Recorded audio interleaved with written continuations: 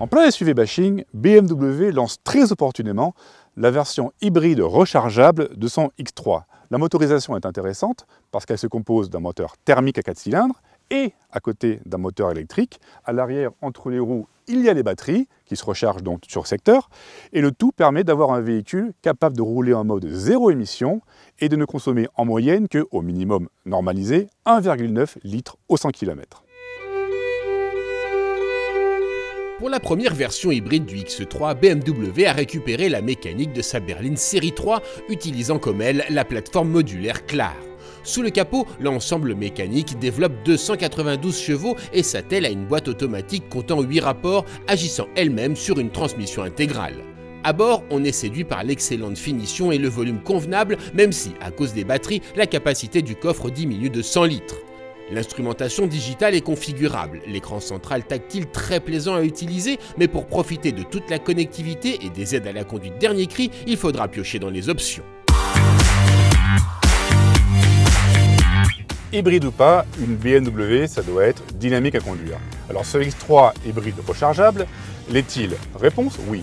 Certes, en mode zéro émission, il est tranquille, il n'y a pas de bruit, mais il y a aussi un programme sport, où là le moteur thermique s'active, et ça marche bien franchement, ça pousse pas mal, il y a près de 300 chevaux cumulés, et la boîte automatique a cet avantage intéressant de ne pas être totalement fluide, justement en mode sport, pour donner un petit feeling mécanique.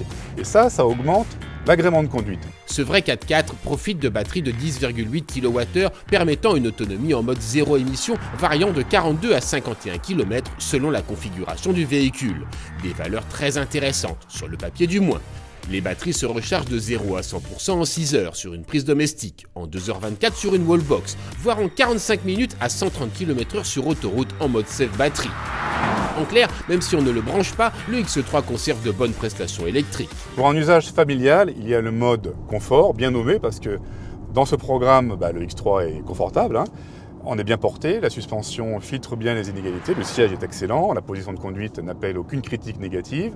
La sonorisation, à part les bruits de roulement qui sont peut-être un peu trop perceptibles, est de très bon niveau.